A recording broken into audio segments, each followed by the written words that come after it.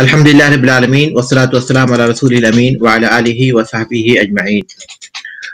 عثمان بن عفان رضی اللہ تعالیٰ عنہ کے کارنامے اور ان کے خلافت کے دور میں انجام پانے والے کام، یہ آج ہمارے درس کا حصہ ہے۔ عثمان بن عفان رضی اللہ تعالیٰ عنہ کا دور کافی وسیع ہے اور جو کام ان کے دور میں انجام پائے وہ بھی بہت زیادہ اور بہت عظیم ہے۔ باوجود یہ کہ عثمان بن عفان رضی اللہ تعالیٰ عنہ کی خلافت کے آخری ایام میں ایک فتنہ کھڑا ہو گیا تھا، بعض روافض، خوارج اور شرپسند ان کے خلاف اٹھ کھڑے ہوئے تھے اور ایک فتنہ برپا کر دیا تھا، جس کی وجہ سے پورا عالم اسلام بہت زیادہ متاثر ہوا۔ تو اس کے باوجود بھی اس سے پہلے جو کام انجام دیے گئے عثمان بن عفان رضی اللہ تعالیٰ عنہ کی خلافت کے دور میں، وہ بہت زیادہ ہیں اور بہت عظیم بھی ہیں۔ یہ کتاب مختصر ہے، اس میں چند چیزیں لکھی ہوئی ہیں جس کو ہم کہہ سکتے ہیں کہ ان کے کاموں کا بس تھوڑا سا نمونہ ہے یا کچھ فیصد کام ہے جو یہاں بیان کیے گئے۔ سب سے پہلی جو چیز یہاں ذکر کی گئی ہے وہ ہے عبید اللہ ابن عمر رضی اللہ تعالیٰ عنہ کے کیس میں عثمان رضی اللہ تعالیٰ عنہ کا فیصلہ، اور دوسری چیز ہے جمع قرآن کا جمع کرنا، اور تیسری چیز ہے نماز جمعہ میں اذان اول کا اضافہ، اور چوتھی چیز ہے مسجد نبوی کی توسیع، اور پانچویں چیز ہے فتوحات کے سلسلے میں ان کی کوششیں۔ تو آئیے ہم تفصیل کے ساتھ،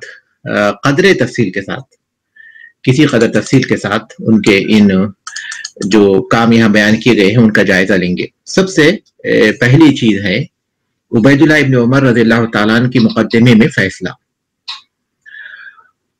یہ سب سے پہلا مقدمہ تھا اور سب سے پہلا کام تھا جو عثمان رضی اللہ تعالیٰ عنہ کے خلیفہ بننے کے بعد ان کے سامنے پیش کیا گیا۔ عبید اللہ ابن عمر رضی اللہ تعالیٰ عنہ نے ہرمزان، جفینہ نصرانی اور ابو لولو مجوسی کی بیٹی کو قتل کر دیا تھا۔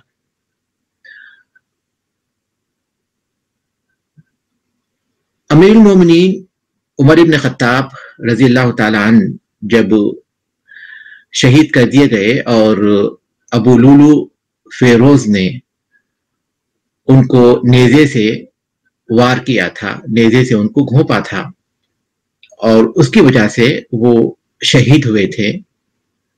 ان کے بیٹے عبید اللہ ابن عمر رضی اللہ تعالیٰ عنہ کو پتا چلا کہ ان پر حملہ ایک سازش کے تحت ہوا تھا اور اس سازش میں ہرمزان اور جفینہ نصرانی بھی شریک تھے۔ عبد الرحمن ابن ابو بکر رضی اللہ تعالیٰ عنہ اور عبد الرحمن ابن عوف رضی اللہ تعالیٰ عنہ، انہوں نے اس بات کا ذکر کیا تھا کہ یہ لوگ اس کے پیچھے ابو لولو فیروز کے ساتھ شامل تھے، بلکہ ان لوگوں نے ابو لولو کو عمر بن خطاب رضی اللہ تعالیٰ عنہ کو قتل کرنے پر ابھارا تھا۔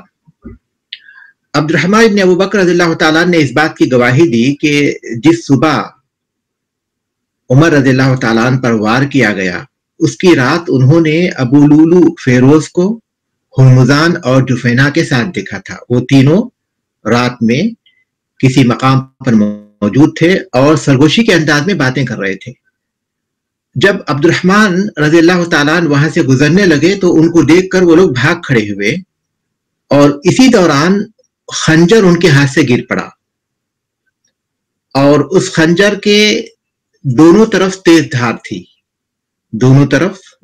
تھی تیز، اور اس کے پکڑنے کا دستانہ درمیان میں دستانہ تھا اور دونوں طرف تیز دھار تھی۔ عمر ابن خطاب رضی اللہ تعالیٰ عنہ پر جس خنجر سے وار کیا گیا، جب اس خنجر کو لایا گیا تو یہ وہی خنجر تھا جو عبد الرحمن ابن ابو بکر رضی اللہ تعالیٰ عنہ نے رات میں ان کے ہاتھ میں دیکھا تھا۔ جب یہ بات عبید اللہ ابن عمر رضی اللہ تعالیٰ عنہ کے سامنے آئی تو انہوں نے اس بات کو محسوس کیا اور یہ سمجھ لیا کہ عمر رضی اللہ تعالیٰ عنہ کے قتل میں ہرمزان اور جفینہ، ہرمزان یہ ایران کا تھا اور بادشاہ تھا، مسلمان ہو گیا تھا،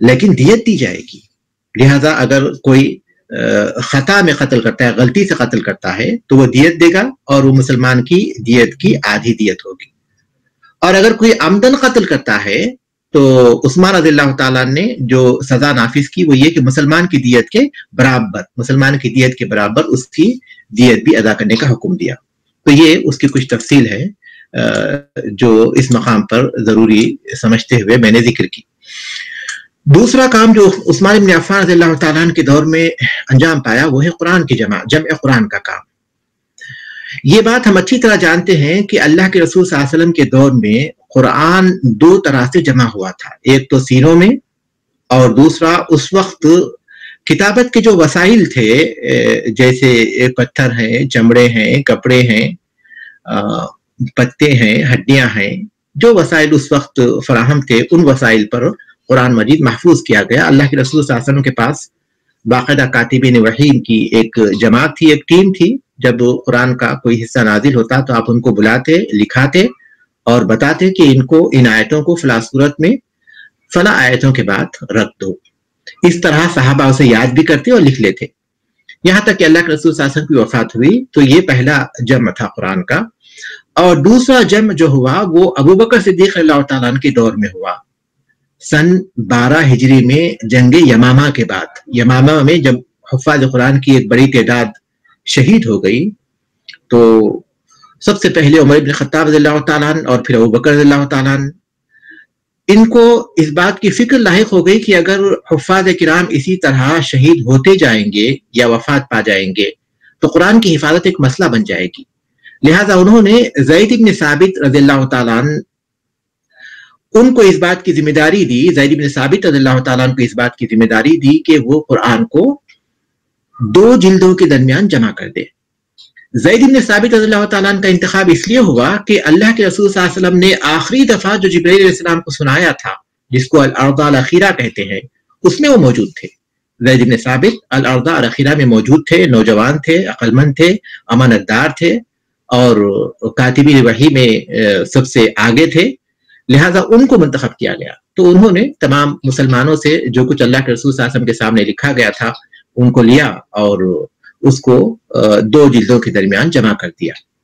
یہ دوسرا جمع تھا قرآن کا. تو قرآن کو جمع کرنے والے اصل جو ہے ابو بکر رضی اللہ تعالیٰ، یعنی اللہ کے رسول صلی اللہ علیہ وسلم کے دور میں جو جمع ہوا تھا قرآن ایک مقام پر اسے اکٹھا کرنے والے یہ ابو بکر رضی اللہ تعالیٰ نے. عثمان بن عفان رضی اللہ تعالیٰ کے دور میں جب اسلامی مملکت کافی وسیع ہو گئی، فتوحات کا دائرہ بہت پھیل گیا اور مسلمان مختلف علاقوں میں پھیل گئے اور نئے لوگ اسلام میں داخل ہو گئے، تو قرآن مجید پڑھنے کے جو مختلف طریقے تھے، اس کی قراءت کے یا اس کے لہجے کے یا اس کی ادائیگی کے جو مختلف طریقے تھے، صحابہ ان طریقوں کے مطابق پڑھتے تھے قرآن مجید کو، اور صحابہ ان مختلف طریقوں کے مطابق پڑھتے تھے. تو جو صحابی جس مقام پر پہنچے تھے وہاں کے لوگ اس صحابی کے طریقے کے مطابق اسے پڑھتے تھے، اس صحابی کے لہجے پر، اس صحابی کی قراءت کے مطابق. مثلا شام کے لوگ ابی بن کعب رضی اللہ تعالیٰ عنہ کی قراءت کے مطابق پڑھتے تھے اور کوفہ کے لوگ ابو موسیٰ اشعری رضی اللہ تعالیٰ عنہ کی قراءت کے مطابق پڑھتے تھے. اور ادائیگی میں اختلاف ہوتا تھا ان طریقوں میں، پڑھنے کے طریقے میں، ادائیگی میں یہ اختلاف ہوتا تھا. باقاعدہ پڑھنے کے انداز مختلف ہوتے تھے، اگرچہ کہ معنی ایک ہی ہوتے تھے لیکن پڑھنے کے انداز مختلف تھے. اور اس کی وجہ سے افتراق اور انتشار پیدا ہونا شروع ہوا، یہاں تک کہ یہ اس وقت بہت زیادہ سخت ہو گیا جبکہ لوگ یہ دعویٰ کرنے لگے کہ ہمارا جو طریقہ ہے یا ہمارا جو لہجہ ہے یا ہمارے ادائیگی کا جو انداز ہے وہ تمہارے انداز سے افضل ہے. تو یہاں اختلاف شدید ہو گیا. بلکہ خاص طور پر ایک جنگ کے موقع پر جو آرمینیا اور آذربائیجان میں ہوئی تھی، مختلف علاقوں کے مسلمان اس میں جمع ہوئے تھے ایک اس جنگ میں، تو وہاں شام اور عراق کوفہ کے لوگ بھی جمع ہو گئے اور اپنی اپنی قراءت کے مطابق جب پڑھنے لگے تو ایک دوسرے سے اپنے آپ کو بہتر سمجھنے لگے. قرآن مجید 7 حروف پر نازل ہوا تھا. قرآن مجید 7 حروف پر نازل ہوا تھا. حروف سے کیا مراد ہے اس سلسلے میں بہت زیادہ اختلاف ہے.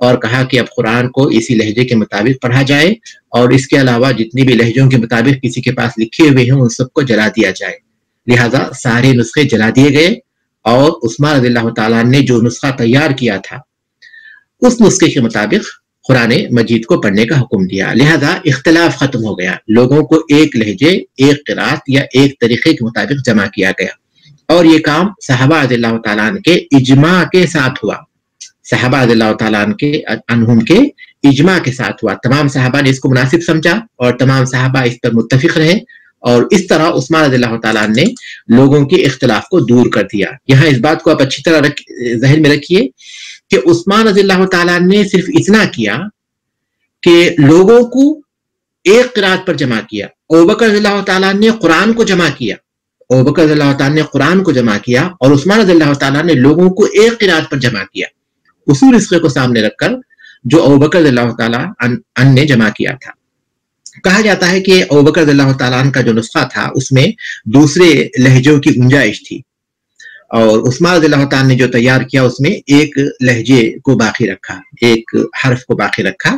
بہرحال یہ ایسے موازی ہیں جس کی بہت ساری تفاصیل ہیں، ہم ان تفصیلات میں نہیں جاتے، لیکن یہاں یہ بات واضح ہو جائے کہ یہ قرآن جو جمع کیا گیا وہ عرضہ الاخیرہ کے مطابق آخری جو پیشی تھی اللہ کے رسول صلی اللہ علیہ وسلم کی، جو انہوں نے جبرائیل علیہ السلام کے اوپر پیش کیا تھا، ان کو سنایا تھا، اسی کے مطابق جمع کیا گیا. اور ابوبکر رضی اللہ تعالیٰ نے جو جمع کیا اسی کے مطابق جمع کیا گیا. اور اس طرح قرآن مجید کی حفاظت کا جو آخری کام ہو سکتا تھا، جو باقی تھا، وہ مکمل ہو گیا. اللہ تعالیٰ نے کہا اِنَّا نَحْنُ نَزَّلْنَا الذِّكْرَ وَإِنَّا لَهُ لَحَافِظُونَ، ہم نے قرآن کو نازل کیا، ہم ہی اس کی حفاظت کرنے والے ہیں. وہ مکمل ہو گیا اور یہ سن 25 ہجری میں ہوا. رسول اکرم صلی اللہ علیہ وسلم کے دور میں قرآن مکمل ہوا، ابوبکر رضی اللہ تعالیٰ عنہ کے دور میں اس کو جمع کر دیا گیا حفاظت کے لیے، اور عثمان بن عفان رضی اللہ تعالیٰ نے لوگوں کو ایک قرات پر جمع کیا تاکہ اختلاف نہ ہو. اور یہ کام صحابہ کے مشورے سے ہوا اور صحابہ کا اجماع ہے. عام طور پر یہ کہا جاتا ہے کہ اجماع کی کوئی مثال دیں، تو اجماع کی سب سے بہترین مثال مصحف کا ایک قرات پر لوگوں کو جمع کرنا ہے. ایک قرات پر لوگوں کو جمع کرنے کا یہ اقدام ہے جو عثمان رضی اللہ تعالیٰ نے کیا اور صحابہ نے اس پر اتفاق کیا. یہ صحابہ کا اجماع ہے. اس لیے علی بن طالب رضی اللہ تعالیٰ فرمایا کرتے تھے کہ واللہ ما فعل الذی فعل فی المصاحف الا عن ملئ منا، کہ عثمان رضی اللہ تعالیٰ نے مصاحف کے سلسلے میں جو کچھ بھی کیا، یعنی ایک مصحف کو باقی رکھا جو قریش کے لہجے کے مطابق ہے، دوسرے مصاحف کو جلا دیے جو مختلف لہجوں کے مطابق تھے. تو علی رضی اللہ تعالیٰ فرمایا کرتے تھے کہ انہوں نے جو کچھ بھی کیا وہ ہمارے مشورے سے کیا اور ہماری رائے کے مطابق کیا اور صحابہ کے اتفاق سے کیا. بلکہ وہ یہ بھی کہا کرتے تھے کہ اگر میں ان کی جگہ پر ہوتا تو وہی کرتا جو انہوں نے کیا. لہذا یہ عثمان بن عفان رضی اللہ تعالیٰ عنہ کے مناقب میں سے ہے. اب آئیے اس بات کا جائزہ لیں گے کہ جمع ابو بکر اور جمع عثمان، ان دونوں میں کیا فرق پایا جاتا ہے. دونوں صحابہ نے قرآن کو جمع کیا، تو ان دونوں کے جمع میں کیا فرق پایا جاتا ہے. ان میں سب سے پہلی چیز اس پر غور کیجیے کہ ان دونوں کے جمع کرنے کے جو سبب ہیں وہ مختلف تھے. ابوبکر رضی اللہ تعالیٰ عنہ کے قرآن کو جمع کرنے کا سبب صرف یہ تھا کہ وہ قرآن کو محفوظ کرنا چاہتے تھے کہ وہ ضائع نہ ہو. حفاظ قرآن کی وفات یا ان کی شہادت سے قرآن کے ضائع ہونے کا انہیں اندیشہ پیدا ہوا، تو ان کا مقصد یہ تھا کہ قرآن ایک جگہ جمع کر دیا جائے تاکہ ضائع نہ ہو. یہ ان کا مقصد تھا، یہ سبب تھا ان کے نزدیک. اور عثمان رضی اللہ تعالیٰ عنہ کے جمع کرنے کا جو سبب تھا وہ یہ کہ لوگوں کو ایک لہجے اور ایک حرف پر یا ایک قرات پر جمع کیا جائے تاکہ لوگوں میں اختلاف نہ ہو اور امت میں اس معاملے میں اتفاق پیدا ہو جائے. تو دونوں کے اسباب مختلف ہیں. ابوبکر رضی اللہ تعالیٰ عنہ کی جمع میں جو سبب تھا وہ صرف اس کی حفاظت ان کے پیش نظر تھی، اور عثمان رضی اللہ تعالیٰ عنہ کی جمع میں جو سبب تھا وہ اتحاد اور ایک قرات پر لوگوں کو جمع کرنا، یہ ان کے پاس سبب تھا. لہذا دوسری بات یہ ہے کہ ابوبکر رضی اللہ تعالیٰ نے قرآن مجید کو ایک مصحف میں جمع کر دیا 2 جلدوں کے درمیان تاکہ اس میں سے کوئی چیز ضائع نہ ہو. لہذا انہوں نے ایک جگہ جمع کر دیا. جو کچھ بھی اللہ کے رسول صلی اللہ علیہ وسلم کے سے قرآن مجید انہیں ملا تھا اس کو ایک جگہ جمع کر دیا. عثمان رضی اللہ تعالیٰ نے لوگوں کو ایک قرات پر، ایک لہجے پر جمع کیا. انہوں نے ایک مصحف میں جمع کر دیا تھا قرآن کو، اور انہوں نے لوگوں کو ایک قرات پر جمع کیا اور اس کو ایک مصحف کی روشنی میں ایک مصحف میں اسے شامل کیا تاکہ لوگوں کے اختلاف ختم ہو جائیں اور سب ایک قرات پر جمع ہو جائیں۔ اور تیسرا جو فرق اہل علم بیان کرتے ہیں وہ یہ کہ ابوبکر رضی اللہ تعالیٰ نے قرآن مجید کی آیات کی ترتیب کے حساب سے جو انہیں ملی تھی رسول اکرم صلی اللہ علیہ وسلم سے، اسی طرح انہوں نے جمع کر دیا تھا۔ جو ترتیب آج صورتوں کی پائی جاتی ہے اس ترتیب کا انہوں نے خیال نہیں رکھا تھا، کیونکہ ان کے پیش نظر وہ بات نہیں تھی۔ عثمان رضی اللہ تعالیٰ نے جب اس کو جمع کیا ابوبکر رضی اللہ تعالیٰ کے مصحف کو سامنے رکھ کر، تو اس میں صورتوں اور آیتوں کی ترتیب کا بھی خیال رکھا جیسے انہوں نے اللہ کے رسول صلی اللہ علیہ وسلم سے پایا تھا۔ اس طرح جو آج ہمارے پاس مصحف پایا جاتا ہے وہ مصحف عثمانی کی ترتیب ہے، جو انہوں نے اللہ کے رسول صلی اللہ علیہ وسلم سے جیسے پایا تھا اس ترتیب کے ساتھ۔ تو یہ ترتیب بھی وہی ہے اور رسم الخط بھی یہی ہے۔ آج دنیا میں جہاں بھی کوئی مصحف پایا جاتا ہے تمام مسلمانوں کا اس بات پر اجماع ہے کہ وہ مصحف عثمانی کے مطابق ہی ہونا چاہیے۔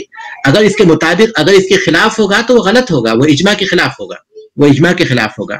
اس لیے انڈو پاکستان میں، ہندوستان اور پاکستان میں جو مصاحف پائے جاتے ہیں یا عرب میں جو مصاحف پائے جاتے ہیں تو ان کے نشانات میں کچھ فرق پایا جاتا ہے، کیونکہ یہاں القاعدہ نورانیہ پڑھایا جاتا ہے اور وہاں یسر القرآن اس طرح کے چیزیں پڑھائی جاتی ہیں، تو ان کی علامتوں میں فرق ہے، لیکن رسم الخط ایک ہے۔ دونوں کی رسم الخط میں کوئی فرق نہیں ہے۔ جو رسم الخط عرب میں شائع ہونے والے قرآنوں میں مصاحف میں پایا جاتا ہے، وہی رسم الخط انڈو پاک میں شائع ہونے والے مصاحف میں پایا جاتا ہے۔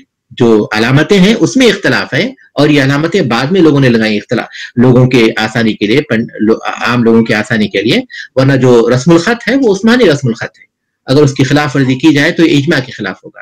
اور یہ عثمان رضی اللہ تعالیٰ عنہ کے بہت بڑے فضائل میں سے ہے اور ان کے مناقب میں سے ہے کہ انہوں نے مسلمانوں کی مصلحت کا خیال رکھا اور مسلمانوں کو ایک کلمے پر جمع کیا اللہ تبارک تعالیٰ کی کتاب کے بارے میں۔ اور یہ اللہ تبارک تعالیٰ کا جو فرمان ہے اسی کی تفصیل تھی، وہ یہ کہ قرآن مجید کو اللہ تبارک تعالیٰ نے وعدہ کیا تھا کہ جمع کرے، تو اس طرح جمع کیا، اس طرح قرآن مجید محفوظ ہو گیا اور یہ اسی حالت میں آج ہمارے پاس ہے، اور جب تک زمین قائم ہے اسی طرح یہ موجود رہے گا، اور یہ اللہ تبارک تعالیٰ کا کلام ہے۔ اور تیسری جو چیز یہاں بیان کی گئی وہ یہ کہ جمعہ کی نماز میں اذان اول کا اضافہ۔ رسول اکرم صلی اللہ علیہ وسلم کے دور میں ایک ہی اذان ہوتی تھی، یعنی اذان ہوتی پھر خطبہ ہوتا، اس کے بعد نماز ہوتی۔ ابوبکر رضی اللہ تعالیٰ کے دور میں بھی اسی طرح ہوتا تھا، اور عمر ابن خطاب رضی اللہ تعالیٰ کی خلافت کے دور میں بھی اسی طرح ہوتا تھا۔ عثمان ابن عفان رضی اللہ تعالیٰ کے دور میں جب مدینے کی آبادی بہت بڑھ گئی اور لوگ ادھر ادھر پھیل گئے تو انہوں نے محسوس کیا کہ لوگوں کو اطلاع دینے کے لیے تاکہ وہ پہلے سے جمعہ کی تیاری کریں، دور دور رہتے تھے تاکہ انہیں پہلے سے اطلاع ہو جائے، تو جمعہ کے لیے اتنے فاصلے کے ساتھ یہاں تک انہیں پہنچنا ہے۔ اگر ایک ہی اذان ہو اس وقت انہیں اطلاع ملی پہنچیں گے تو بہت دیر ہو جائے گی، اگر پہلے اذان دی جائے تو دور دور تک کے لوگ سن لیں گے، اگر وہ نکلیں گے تو جو ہے اذان اول جو اصل جو اذان ہے اس تک وہ پہنچ جائیں گے۔ لہذا انہوں نے اس بات کو محسوس کیا کہ ایک اذان کا اضافہ کیا جائے تاکہ لوگ جمعہ کی تیاری کر سکیں جمعہ کے وقت سے پہلے۔ تو انہوں نے اس اذان کا اضافہ کیا جو اب اذان اول کہی جاتی ہے، یعنی آج جو خطبے کے وقت پر جو اذان دی جاتی ہے وہی اصل ہے، اور اس سے پہلے جو اذان دی جاتی ہے یہ عثمان رضی اللہ تعالیٰ عنہ کے خلافت کے دور میں اس کا اضافہ کیا گیا، اور امت نے اسے قبول کیا۔ صحابہ میں سے کسی نے اس میں اختلاف نہیں کیا، کیونکہ اس میں مصلحت پائی جاتی تھی، اور ایک یقیناً ایک مصلحت ہے۔ اور کیا اس کو بدعت کہا جائے گا؟ بعض لوگ لا علمی میں اسے بدعت سے تعبیر کرنے لگتے ہیں، جبکہ یہ خلیفہ راشد کا اقدام ہے اور صحابہ کرام کا اس بات پر اتفاق ہے، لہٰذا یہ خلیفہ کی سنت ہے، اور اللہ کے رسول صلی اللہ علیہ وسلم نے فرمایا تھا علیکم بسنتی و سنت الخلفاء الراشدین المہدیین۔ جب آپ نے لوگوں کو نئی نئی چیزوں سے منع کیا تو اس کے بعد کہا تھا کہ تم میری سنت کو اور میرے بعد میرے خلفاء راشدین کی سنت اور ان کے طریقے کو لازم پکڑو۔ تو خلفاء راشدین کی سنت بھی اللہ کے رسول صلی اللہ علیہ وسلم کی سنت کے تابع ہے، اور وہ بھی اسی کا ایک حصہ ہے۔ تو عثمان ابن عفان رضی اللہ تعالیٰ کا جو اقدام تھا یہ کوئی نئی چیز نہیں تھی، کیونکہ یہ خلیفہ راشد کا اقدام تھا، لہذا ان کا یہ اقدام یقیناً بالکل درست تھا۔